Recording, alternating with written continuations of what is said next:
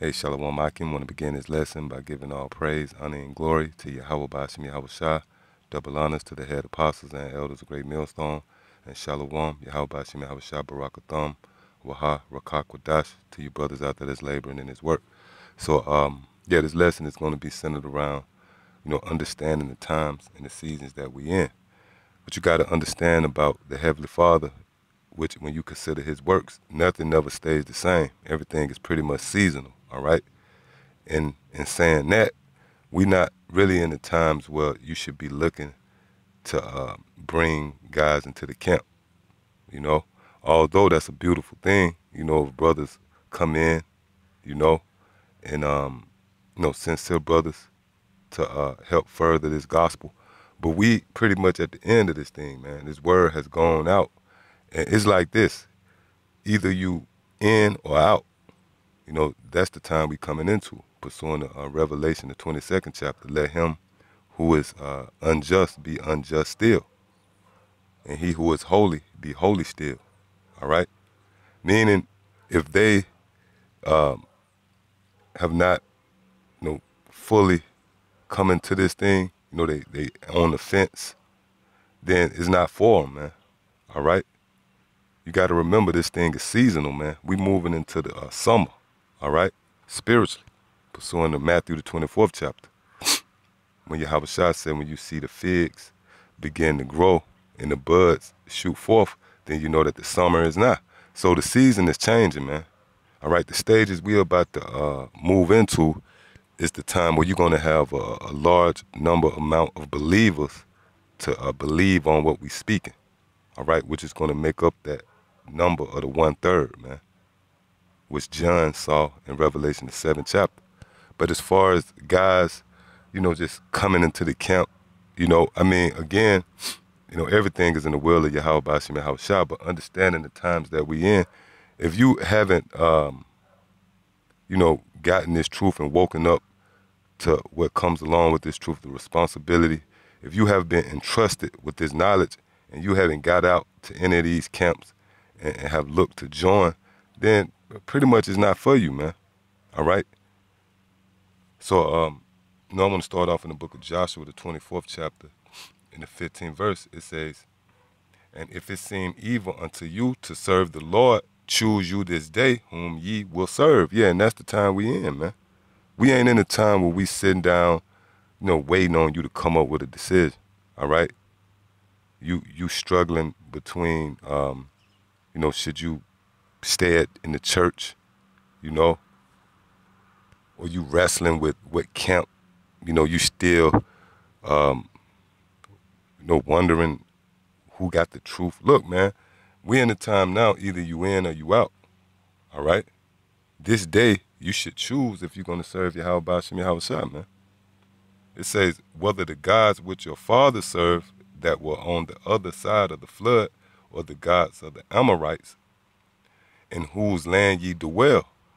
But as for me and my house, we will serve the Lord, man. Yahweh Bashim Yahweh Shah. And that's the mentality you got to approach this thing with, man. You got to love your own. You got to be only concerned with you, the brothers in your camp, the brothers at Great Millstone, in this house, man, the house of David. Which when you consider a house, just say your house, right? There's plenty of other houses on the block, But you don't care what's going on in the next man's house, man. You don't care whether their utilities are paid. You just worry about what's going on in your house, man. All right? So that's the mentality we got to have. And you see it, throughout these different camps. I know just this past weekend, had a guy to roll up on the camp, and he was seemingly inquiring about what we was going into. But when we went to break it down, he would cut us off in the middle of our sentences, man, and try to teach us, and lean back toward that Renaissance Christianity. His whole rallying cry was John 3:16. He was like, the Lord created all of us. And what happened, man? I dismissed him, man. I told him, get up out of here, man. All right? So we ain't in the time to look to even go above and beyond the call of duty, man. All right? The Apostle Tahar made a statement, not too long back, which was true. you know, the men that's coming into these camps, man, they should pretty much know what this thing about. And we gotta have that discernment. You know, if you had to sit a guy down and tell him, hey, look, it's a book called the Book of Obadiah, then this is not for him, man. We ain't in the time of walking guys through nothing, man. All right? And only the men who have been learning, you know, been sincere, digesting his word, those are the ones that you should consider to come into the camp. And again, you know, the Lord might still have guys out there that's amongst that governing body that's going to eventually join the camp and put in a little work, because it talks about the 11th hour. But for the most part, the 11th hour is almost up, man. You got to understand the seasons, man. All right? This thing is closing up. Yahweh Shem Yahushua is about to, pull back his mercy, man, which is in the form of this word. All right? This chip is about to be made mandate. All hell about to be breaking loose out here, man. And we not going to be out on the streets anymore, teaching amid all the chaos. So basically, the mentality is this, man. Either you're going to serve the Lord now or the hell with you, man. All right? This is the book of 1 Timothy, the 5th chapter, in the 22nd verse. It says, lay hands suddenly on no man, neither be partaker of other men's sins. Keep thyself pure. Right? So we're not to look to lay hands, meaning bring other men in his truth. All right? Because in doing that, you could possibly take on another man's wickedness, man. All right? Now, I got the definition for this word lay queued up. And it says, in the active voice, to put or lay upon, to add to. All right? So we're not in the time of adding guys to this ministry, man. Either you in or you ain't, man. All right? And it's funny, I believe maybe 3 weeks ago, it ain't been that long, man. 3 weeks tops. I had pulled up at the store, and this guy pulled up on the side of me and rolled the window down. And he was adamant about getting my attention. So, you know, I eventually let the window down. I'm like, yo, what up? He was like, yo, you GMS, ain't you? You Great Millstone, ain't you? I was like, yeah, what up, bro? He was like, Shalom. You know, he was using the Hebrew lingo, you know. And he was like, what, you know, where y'all be teaching that, you know? I was like, yeah, man, you know, we up on the south side, all right? So he was like, man, I got to get out there, bro. I was like, yeah, you know, you got to come on out, man. It's that time. And the guy ain't showed up yet, man. All right? And, you know, the carnal side of me, you know, I wanted the brother to be sincere, you know, to come out and listen and maybe potentially join, you know. But in my spirit, I knew just deep down, like, man, this guy, he just lip service, man. All right? Why? Because in the spirit, we understand at the times that we in, your spirit understand that. Even if you haven't fully, adapted that understanding, so to speak. But your spirit deep down know that this thing is coming to a close, man. Pretty much the elect is sealed, and we just waiting on, the 1/3, the believers. And it ain't going to take a thorough breakdown for the believers to understand, man. The believers is going to hear it, they're going to understand, and they're going to be numbered amongst the 1/3. Then after that, all hell going to break loose out here, man, pursuing the Revelation, the 7th chapter, when those angels let those winds go. Nevertheless, the times we in, we not in the times of laying hands on just some random guy just because he speak a little Hebrew lingo, man. All right?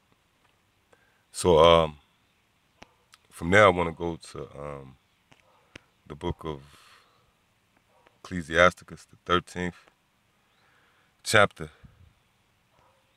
In 16th verse, it says, all flesh consorteth according to kind, and a man will cleave to his like. Yes, so if you are likened unto us, in the spirit, you're going to cleave unto us, man. So pretty much all the men who was meant to come into this truth, they have already cleaved on. When you read Isaiah, the 14th chapter, it tells you how the strangers is going to cleave unto the house of Jacob. Well, that's pretty much taking place, man. All right? So if you're a sheep, then you're going to be numbered amongst the sheep. If you're a wolf or you're a scorpion, as the majority of these damn Israelites are, they're going to cleave to their like, man. So really that's That's it, man. All right? There's no other way to look at it than the season that we in. Pretty much this season is changing, man.